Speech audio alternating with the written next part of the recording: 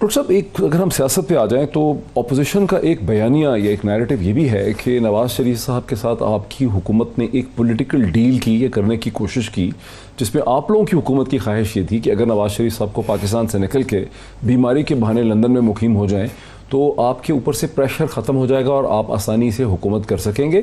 जैसे वो कहते हैं कि जनरल मुशर्रफ ने उनसे डील इसलिए की थी ताकि वो आसानी से हुकूमत कर सकें, क्योंकि अगर नवाज़ शरीफ साहब यहाँ रहते जेल में तो आपके लिए हुकूमत करना मुश्किल था। दूसरी साइड देखिए, जो असली साइड है, असली साइड ये है कि नवाज़ शरीफ साहब, एजाजुल हक ने 2 दिन पहले कहा कि इस कदर ये बुज़दिल आदमी है कि वो जेल नहीं काट सकते। इन्होंने पहले कब जेल काटी हुई है कि वो जेल काट सकते थे, इसलिए उन्होंने झूठ बोला इदारों के साथ जो उनका इलाज करने आते थे। अब भी कल दूसरे भाई का आपने हाल देखा, वो कहता है जी कि घर से खाना आता है और उन्होंने खाना कोई निचली जगह पे मेरे यूं चमचों से मुझे खिलाया कोई नहीं। ये इनके मुतालबात होते हैं जब ये जेल में जाते हैं। कोर्ट में शिकायत जाके सुप्रीम कोर्ट में नवाज शरीफ ने की थी, जब इनको सुप्रीम कोर्ट में बुलाया गया था जनरल मुशर्रफ के दौर में, तो वहाँ जाके कहा मुझे खाना अच्छा नहीं मिलता और मुझे मक्खियाँ और मच्छर तंग करते हैं। अब शहबाज शरीफ ने वही बात की है कि जी मेरा खाना उन्होंने वहाँ रख दिया, यानी गर्म आया होगा, उन्होंने शायद चखा हो, किसी को कहा हो कि देख लो कोई मिक्स ना करके कुछ ले आए इसमें। तो ये घर के खाने के बगैर ये इनकी तो जेलें वीआईपी हैं। इस पे किसी ने कहा और बहुत ज़बरदस्त कहा, उसने कहा कि आम कैदियों की तरह एक दिन ये कैद नहीं काट सकते, सवाल ही पैदा नहीं होता। ठीक है, और कैद तो इन्होंने कभी काटी नहीं है, इसलिए। लेकिन सारे टेस्ट तो उन्होंने खुद नहीं बनाए ना, वो प्लेटलेट के 2,500 10,000 के टेस्ट हैं, ये तो कोई उनको बना के दे रहा था ना आपकी हुकूमत में से। नहीं, हमारी हुकूमत में से नहीं। ये टेस्ट कहाँ से आ रहे हैं? वो उनका खाना कहाँ से आता था? घर से। एक खाना आप खाएंगे तो आप बीपी आपका यहाँ चला जाएगा। 3 वक्त अगर आप एक तरह का खाना खाएंगे तो आपकी शुगर यहाँ चली जाएगी। इंड्यूस भी तो होता है ना, इनटेक से इंड्यूस होती हैं चीज़ें। मैं एक्सपर्ट नहीं हूँ इसलिए मैं इससे आगे नहीं जाता।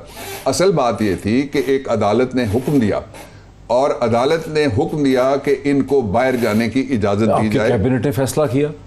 नहीं, कैबिनेट ने बाद में फैसला किया, कैबिनेट का फैसला पहले नहीं है। नहीं, अदालत ने पहले। अदालत कैसे कह सकती है कि कन्विक्टेड? अदालत ने, जाहिर है अदालत ने जब ऑर्डर जारी किया तो कैबिनेट ने उसको इम्प्लीमेंट किया। अदालत ने तो उनको पाकिस्तान में ट्रीटमेंट के लिए जारी किया होगा, बाहर भेजने का कहा था। चलिए वो जजमेंट देख लेना, मैं अब अदालत की जजमेंट के ऊपर मैं बहस नहीं करना चाहता, लेकिन सारी दुनिया को पता है कि ये कोर्ट ऑर्डर था जिसको गवर्नमेंट ने इम्प्लीमेंट किया, इसलिए कि गवर्नमेंट इस बात पे फर्मली बिलीव करती है कि पाकिस्तान की अदालतें, पाकिस्तान का निज़ाम मुकम्मल तौर पे खुद मुख्तार रहना चाहिए और उसका अदब किया जाना चाहिए, उसके फैसलों का एहतराम किया जाना चाहिए।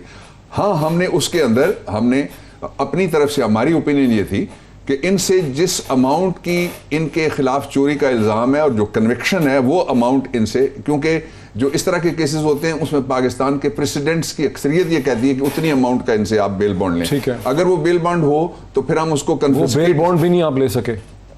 हमने तो कहा था 7 अरब 40 करोड़ रुपए का, तो वो नहीं हो सका। अब ज़ाहिर कोर्ट का ऑर्डर आ गया। लेकिन शहबाज शरीफ साहब ने एक गारंटी अंडरटेकिंग तो दी हुई है कि मैं लेकर आऊं उनके खिलाफ। वो चूंकि ऑपोजिशन लीडर हैं और एमएनए हैं, उनके खिलाफ तो मैं समझता हूं कि रेफरेंस बन सकता है अगर कोई बनाना चाहे। किस चीज? डिस्क्वालिफिकेशन का, क्योंकि उन्होंने अंडरटेकिंग, सादिक और अमीन नहीं रहे ना, अब भाई को लाए ना।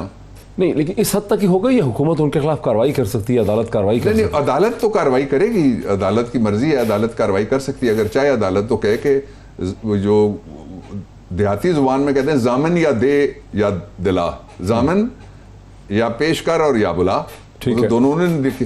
और फिर नवाज शरीफ ने भी एक जुडिशियल अंडरटेकिंग लिखी उसी अदालत में, उसने भी एक बॉन्ड दिया हुआ है ना। ठीक है, कि मैं वक्त ज़रूरत जब मुझे तलबी होगी मैं पेश हो जाऊंगा। लेकिन जो शहबाज शरीफ तो यहाँ, नवाज शरीफ तो चले बाहर हैं, लेकिन शहबाज शरीफ साहब तो यहाँ मौजूद हैं। उन्होंने एक अंडरटेकिंग दी है कोर्ट में कि मैं इनको प्रोड्यूस करूंगा, वो प्रोड्यूस नहीं करते तो कोर्ट क्या कर सकती है? यार ये बहस बड़ी दिलचस्प आपने छिड़ी कि शहबाज शरीफ साहब यहाँ मौजूद हैं। मुझे नहीं पता वो कहाँ मौजूद हैं, इसलिए कि भाई एयरपोर्ट पे मुंतज़िर था, भतीजी मुंतज़िर थी, वो लाहौर में थे लेकिन पता नहीं कहाँ मौजूद थे, एयरपोर्ट पे नहीं पहुंच सके। ये उस वक्त की बात करें जब वो वापस आए थे इलेक्शन से पहले। अभी भी क्या हुआ है, इस तरफ बात करें, लोग क्यों नहीं बात करते? आप जजमेंट ज़रा दिखा दें, मेरे मोबाइल पर पढ़िए, मैं आपको अभी भेज देता हूँ।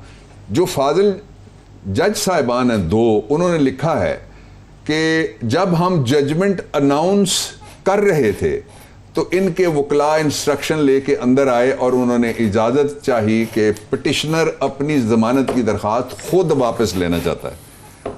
उन्होंने कहा डिसमिस, पहले लिखा अलाउड कि इजाज़त दे दी जा चुकी है, डिसमिस्ड एज विड्रॉन। तो वो तो खुद गिरफ्तार हो गया इसलिए कि वो भाई के हाथों में अब इस्तेमाल होने के लिए सड़क पे तैयार नहीं थे। एक और बात मैं आपको बताऊं, आप कंफर्म कर लें किसी से, एक भतीजा जाके लड़ा है नवाज शरीफ साहब से। भतीजा? जी। उसने कहा मेरा अब्बा अंदर है, आप क्या कर रहे हैं? भतीजा तो एक ही है बाहर, उनका सुलेमान, दूसरा तो इधर है, सलमान शहबाज ही बाहर है। तो जाहिर है अगर भतीजा ही है तो अब्बा अंदर है ना। ये वही हैं। आपको याद है कि एक ट्वीट आई थी कि जो एक ग्रेट छुड़ाने वाला ठीक शहबाज शरीफ है, जब नवाज शरीफ बाहर गए थे, आई थी ना बाहर से, ठीक आई थी ना ट्वीट। जाहिर है तो ये तो गिले भी होते हैं फिर।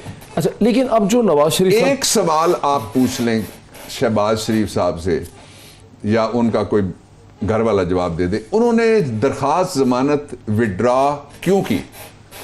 मेरे जहन में दो बातें हैं। एक मैं बता चुका हूं, I don't want to waste your time. दूसरी पे मैं चला जाता हूं। दूसरी बात उनके जहन में ये थी कि अगर मेरे खिलाफ सारा कुछ लिख दिया गया तो सोशल मीडिया पे और मेन स्ट्रीम मीडिया पे वो सारा चलेगा कि चोरी की तफसील ये, मनी लॉन्ड्रिंग यहां जहां से हुई, इतनी हुई। वो छुपाने के लिए उन्होंने मिट्टी पाओ पॉलिसी के तहत, ये दूसरी रीजन है, लेकिन अंदर जाके बैठ गए।